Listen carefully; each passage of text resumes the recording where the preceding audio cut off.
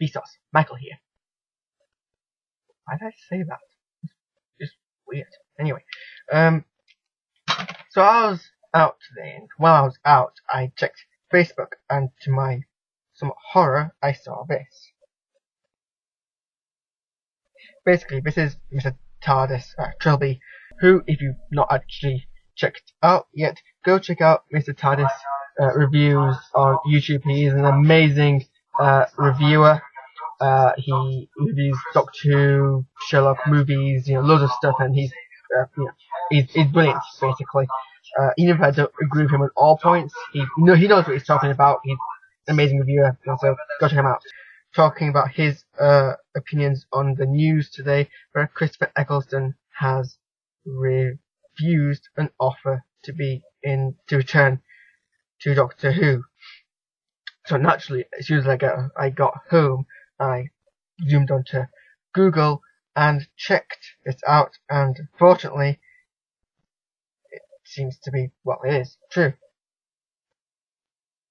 Which is just terrible. I mean, it's not as if, he hasn't been offered a role, in which case I would be going after Stephen Moffat. Instead, he was offered it, and he said, no, this is a heinous crime. Now, Chris, I'm talking to you now. I get that as actor, you don't want to typecast yourself, as you put it, stick yourself in a box, which is, to be honest, rather ironic, considering, but you don't take on the responsibility of being the Doctor in Doctor Who and not return to role when you're basically betraying the entire fandom. I mean, as Aslan, well, I'm going to paraphrase Aslan here, and if you're going to drop an inspiring quote from somewhere whereby they're a talking mystical lion, once a Doctor of Doctor Who, always a Doctor of Doctor Who. You have a responsibility to the fandom to basically to take a part again. I mean, I would say you don't be typecast. I mean, look at David Tennant. He was on a role 4 times longer than you, and he still has been acting roles. He's still, he's fine with it. I mean, obviously he was a massive fanboy, so he embraced all of it. Seriously, you took up the role, you have a responsibility to your fans.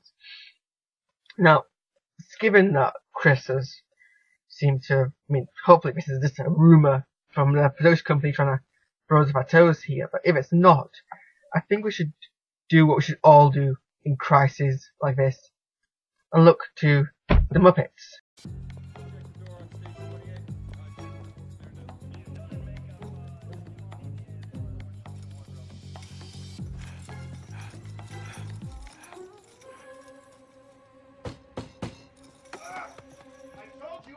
I'm putting out my balls! Oh, hey, animal. What are you doing here? Acting natural. No! Whoa!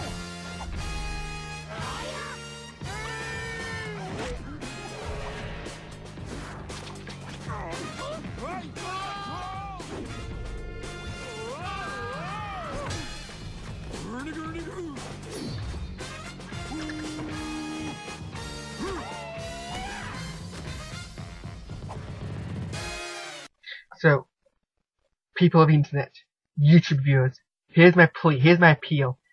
A group of us should get together and kidnap Christopher Eccleston. I know that's a bit extreme and probably illegal, but as New Zealand himself said, Mr. the Frog, we all agreed a celebrity is not a people. So, ask yourself, what is more illegal? Slightly inconveniencing Christopher Eccleston, or destroying the Doctor Who 50th anniversary? On a serious note, Chris, come on, you can't do this to your fans. Thank you, Blackberry, for interrupting my rant there. You can't do this to your fandom, please. It's just one special. One special. At least appear in it in some capacity. They're probably just going to use a reuse footage if you don't, and that's just not the same thing. Look at Tom Baker. Tom Baker refused to appear for 50th, not 50th, not 50th anyway, 25th? Yeah, the 25th. I think it's 25th anyway. Shoot me if I'm wrong. I can't deserve that. But in the 5 Doctors, Tom Baker refused to appear. The only Doctor who was still alive who refused to appear, and he regretted it. Do you not have that on your conscience? Do you want to regret that? I don't think you do. You don't want that on your conscience. And trust me, if you don't appear, the Doctor Who fandom is going to hate your guts out. You're going to let us down, man. Please. Do it for us. Do it for the fandom.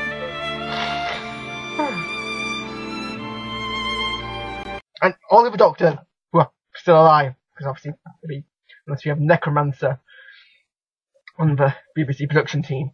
Everyone else, please, just come back. It's a 50th anniversary, for God's sake. It's the longest running sci-fi show. It's a massive thing. I'm going to stop before I explode. Because I'm that close to doing so. So, as always, thank you for watching.